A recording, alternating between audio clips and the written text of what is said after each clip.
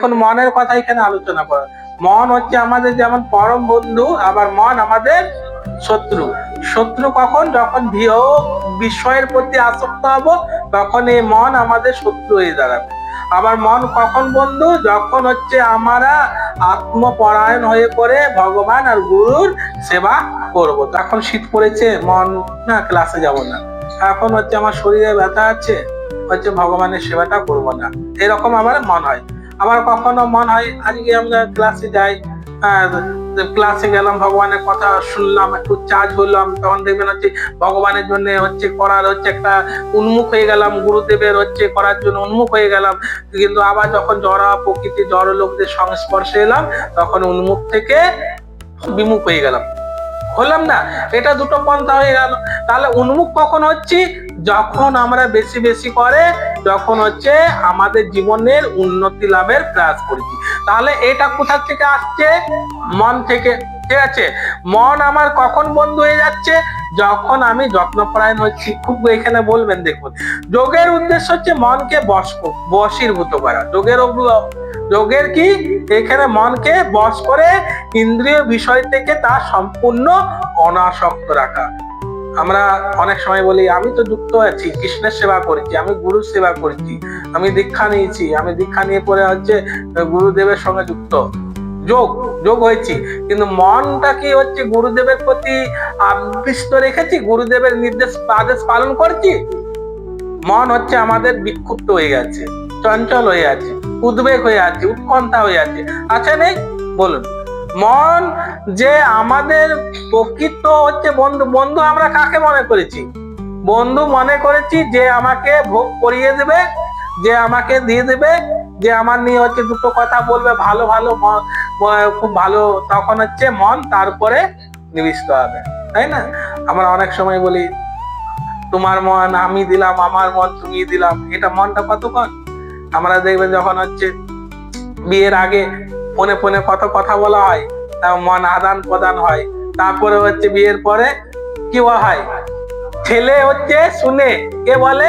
মেয়ে বলে, মেয়ে বলা শুরু করে, ছেলে শুনে। ঠিক আছে, এরপরে দুজনে বলা বলি শুরু করে, তুমি বলছো ঠিক না, আমি বলছি, আমি বলছি ঠিক, তুমি বলছি, এটা হলো। তারপরে কি হয়? তারপরে হচ্ছে পাড়া প্রতিবেশী শুনে। কখন হচ্ছে? পাড়া প্রতিবেশী শুনে যখন ঝগড়া হচ্ছে না, পাড়া প্রতিবেশী শুনবে। পাড়া প্রতিবেশী শোনার পরে কি হবে? একদিন জজ সাহেব শুনবে না? কখন শুনে? যখন হচ্ছে দিবসে। তাহলে মনটা কি আমাদের আদান প্রদান হচ্ছে কিসের জন্য? মন হচ্ছে কামনার জন্য, হচ্ছে কিচ্ছে না। তো এই মনটা সেরকম ভাবে নয়। মন হচ্ছে প্রকৃতপক্ষে কিভাবে কৃষ্ণের প্রতি, গুরুদেবের প্রতি নিবেদন করতে হয়। আমরা সখী ভাব থেকে পাবো। কেন? মনকে বশীভূত করা। আমাদের মন হচ্ছে সবসময় এটা খাবো, ওইটা খাবো, এদিকে যাব, ওইদিকে যাব না। কেন্দ্রভূত করতে হবে। কি কেন্দ্রভূত করতে হবে? গুরুকে পাওয়া। গুরুকে পাওয়া। কি করে গুরু আমার জীবনে আসবে? কি করে আমি কৃষ্ণ প্রাপ্তি লাভ করব? গুরু যে আমার সর্বান্তকরে প্রয়োজন।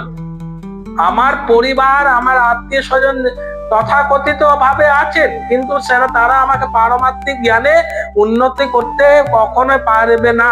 তারা কৃষ্ণকে আমাকে দিতে পারবে না। তারা আপনাকে অর্থ দিতে পারে, আপনার নাম প্রতিষ্ঠা দিতে পারে, কিন্তু কৃষ্ণকে কে দেবে? গুরুদেব দেবে। বুঝতে পারছেন? সেই গুরুদেবের হচ্ছে আজ্ঞা পালন করাটা আমাদের শুধুমাত্র এ নয় যে গুরুদেবের কাছে দীক্ষা নিয়ে নিচ্ছি, গুরুদেবের কাছে কথা শ্রবণ করছি। গুরুদেব হচ্ছে একমাত্র গুরুদেবে পারে আমাদের জীবনে হচ্ছে কৃষ্ণ প্রেম দিতে। বুঝতে পারছেন? তো এখানে দেখুন, বাস্তবিক পক্ষে শুদ্ধ আত্মা এই জড় জগতে আবদ্ধ হয়ে পড়ে। দেখুন, আত্মাকে শুদ্ধ বলা হয়েছে কেন বলুন তো মাতাজি? আত্মাকে শুদ্ধ বলা হয়েছে কারণ আত্মা হচ্ছে ভগবানের নিত্য দাস, তাই না? কৃষ্ণর দাস। এখানে দেখুন বলছি, কারণ মন অহংকার দ্বারা আচ্ছন্ন। আত্মা তো কৃষ্ণের নিত্য দাস, কিন্তু মন হচ্ছে বলছে একবারও আমি কৃষ্ণ ভক্ত, আমি কৃষ্ণের জন্য করব। মন বলছে আমার জন্য করতে হবে, আমার নাম করতে হবে, আমার প্রতিষ্ঠা বাড়াতে হবে, তাই না? আমি মন্দির করব, কিন্তু মন্দিরের প্রতিষ্ঠাটা আটকে হবে আমি, তাই না? এরকম মন হচ্ছে। আমার বাড়ি তৈরি করে গেছি, সেই বাড়িতে আমার মৃত্যু হয়ে যাবে, হচ্ছে মৃত্যু হয়ে যাওয়ার আগে আমার ছেলেকে দান করে গেলাম, সে দান করে গিয়ে বললাম দেখ আমি তোদের নামে দিয়ে দিয়েছি, তোরা আমার মৃত্যু হয়ে গেলে বলবি অন্তত যে আমার বাবা করে দিয়ে গেছে, তাই না? এরকম তো হচ্ছে না, বুঝতে হবে আমাদের। তো সেটা হচ্ছে মন আমাদের, হ্যাঁ, তো এই কারণটাই হচ্ছে মন আমাদের কি হচ্ছে কৃষ্ণ সেবার থেকে বিমুখ রাখছে, গুরু সেবা থেকে বিমুখ রেখে দিচ্ছে, বুঝতে পারছেন? তো সেই জন্য জড়বন্ধনে আবদ্ধ জীব মন ও ইন্দ্রিয় অধীন থাকে।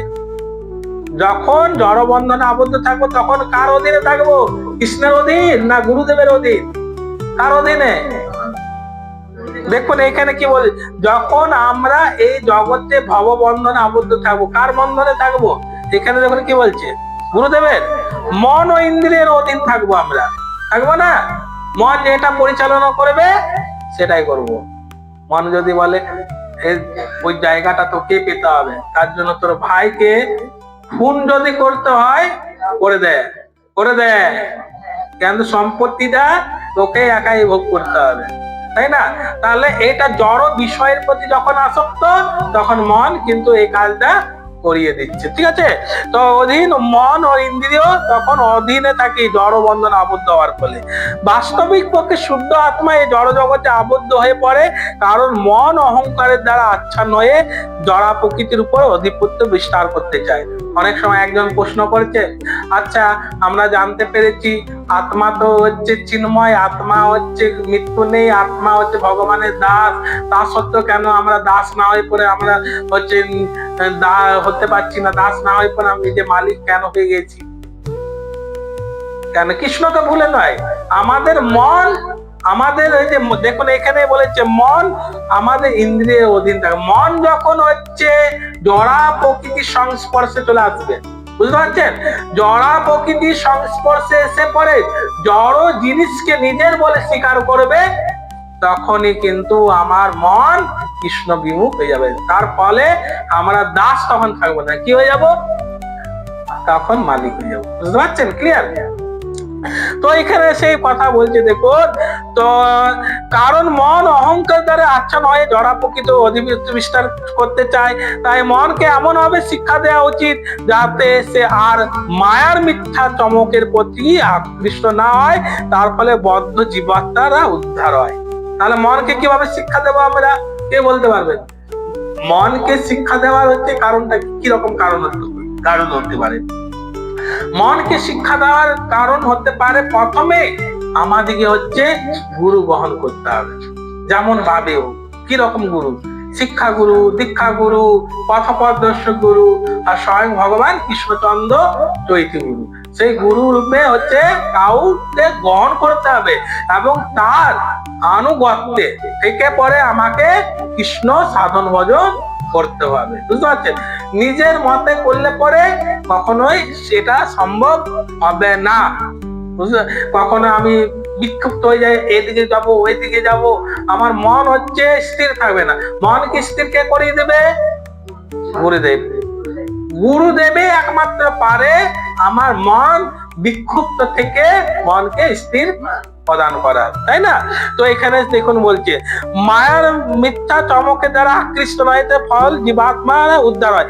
বিষয়ের প্রতি ইন্দ্রিয় বিষয়ের প্রতি আকৃষ্ট হয়ে অর্ধপতিত হওয়া উচিত নয়।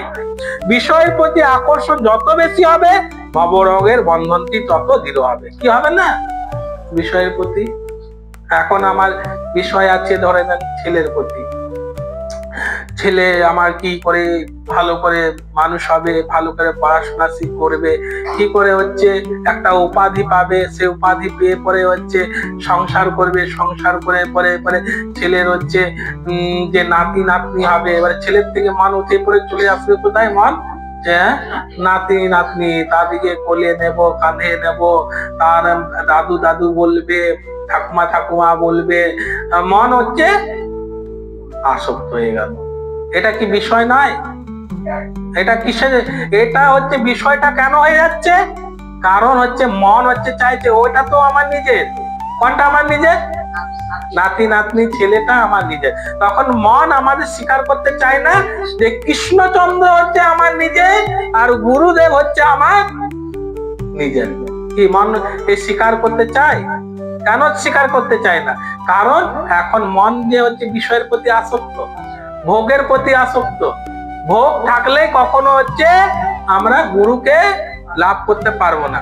গুরু হচ্ছে একজন দিব্য, সেই তার বাণীর দ্বারা আমার মতো মধ্যপতিত জীব যারা হচ্ছে এই জগতে ভোগের প্রতি আসক্ত, একমাত্র গুরুদেব সেই ভোগের থেকে মুক্ত করে তাকে হচ্ছে কৃষ্ণের চরণে বা গুরুদেবের চরণে নিয়ে যেতে পারবে। বুঝতে পারছেন? তার ফলস্বরূপ আমার এই জীবনটা, মানব জীবনটা দাসত্ব বলে স্বীকার করবে, নচেত গুরুদেবকে না গ্রহণ করা পর্যন্ত, ততক্ষণ পর্যন্ত আমরা এই জগৎকে ভোগ করার ফলে মালিক হয়ে থাকবো। কোনটা বেশি দরকার, মালিক হওয়া না হচ্ছে ছোট হওয়া না বড় হওয়া? আমরা অনেক সময় বলি না আমি বড়, আমাকে ছোট কোনো একজন মনে করেন ছোট, বড়কে একটু ধমক দিয়ে দিল, আমি বড় হয়ে পড়ে হচ্ছে ছোটকে কি করবো, দুটো ধমক দেবো, বুঝলেন? আমার তখন মনে হবে না সে বলুক না কেন, যেহেতু গুণের দ্বারা আবদ্ধ, আমি তার মতন হবো কি? আমাকে তো উন্নত হতে হবে। আমরা তো ক্লাসে জানতে পারছি মন হচ্ছে কৃষ্ণ সেবায় নিযুক্ত করতে। ওকে যদি আমি ধমক দিই, ওকে যদি গালাগালাজ করি, তাহলে তো আমার হচ্ছে মন কোথায় হচ্ছে কৃষ্ণ কেন্দ্রিক হবে। আমরা কি করি, তাকে হচ্ছে সে একটি যদি বললো, সে তো এখন অজ্ঞ হয়ে আছে, সে বলতেই পারে। আমি যদি উন্নতমান, আমাকে অবশ্যই হচ্ছে আমাকে সাবধানতা অবলম্বন করতে হবে। ঠিক আছে?